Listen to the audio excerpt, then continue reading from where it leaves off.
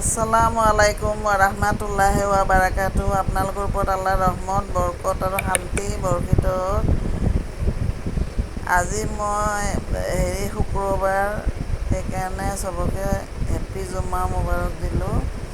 আৰু শুক্ৰবাৰৰ দিনটো আমাৰ পবিত্ৰ দিন, আৰু সেইদিনা আমি সমবেত হৈ আমি মছজিদত একেলগে নামাজ পঢ়োঁ। এইটো জুমাৰ নামাজ বুলি কয় আৰু পুৰুষসকলে। আৰু মহিলাসকলে ঘৰত ইমান কাম বন ওলাব নালাগে, কাম বন কমাই পিনি শুক্ৰবাৰ ভালকৈ ঈদৰ দিনৰ নিচিনা, ঈদৰ দিনা যেনেকৈ ফূৰ্তি কৰে মানুহে, তেনেকৈ ঈদৰ দিনৰ নিচিনা ভালকৈ গা পা ধুই ধুনীয়াকৈ ৰন্ধা বঢ়া কৰি ঠিক আজান দিব তেতিয়া নামাজ পঢ়িব নালাগে। 12টাত আজান দিয়ে যে, তেতিয়া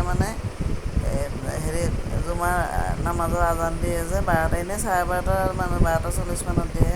তেতিয়া আপোনালোকে ধুনীয়াকৈ ৰেডি হৈ পিনি একদম 12টাৰ পৰা আপুনি অলপ কোৰাণ চৰীফ পঢ়িলে বা ধৰক কিবা তছবিহ তিলাৱত কৰিলে, এনেকৈ কৰি 12:40তহে আপোনাৰ নামাজটো আৰম্ভ কৰিব পাৰে। মহিলাসকলক কৈছোঁ মই, ধুনীয়াকৈ নামাজটো পঢ়িব। শুক্ৰবাৰৰ নামাজ যোনে যোনে মৃত্যু হৈছে তেওঁলোকৰ কাৰণে দোৱা কৰিব।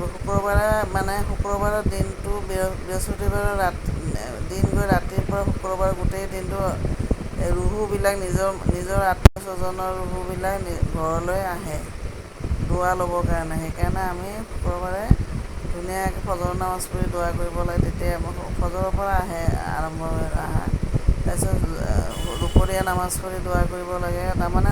সেইদিনা কাম বন বঢ়াব নালাগে, ইটো কাম সিটো কাম কৰিব, অকল ৰন্ধা বঢ়া কামটো ৰাখি বাকী কাম কাপোৰ ধোৱা কিবা কিবি এইবিলাক কাম কমাই দি পিনি নিজৰ ছোৱালী বোৱাৰী সিহঁতকো নামাজ পঢ়িব ক'ব, নিজেও পঢ়িব।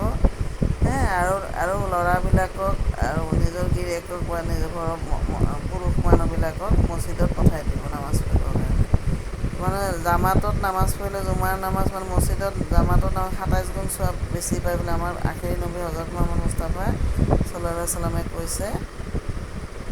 আৰু শুক্ৰবাৰ দিনটো ঈদৰ দিনৰ নিচিনা ভাবিব লাগে। ধুনীয়া নতুন কাপোৰ কানি পিন্ধি, নতুন পায়জামা পাঞ্জাবী, ঈদৰ দিনা যেনেকৈ আঁতৰ লৈ নতুন ড্ৰেছ পিন্ধি পিনি নামাজ পঢ়িব যায়, তেনেকৈ শুক্ৰবাৰৰ দিনা তেনেকৈ বহুত মনত ফূৰ্তি লৈ পিনি নামাজ পঢ়িব যাব লাগে। বুজি পাইছে? ভিডিঅ'টো বেছি দীঘলীয়া নকৰোঁ, এইখিনি থাকিল আজি।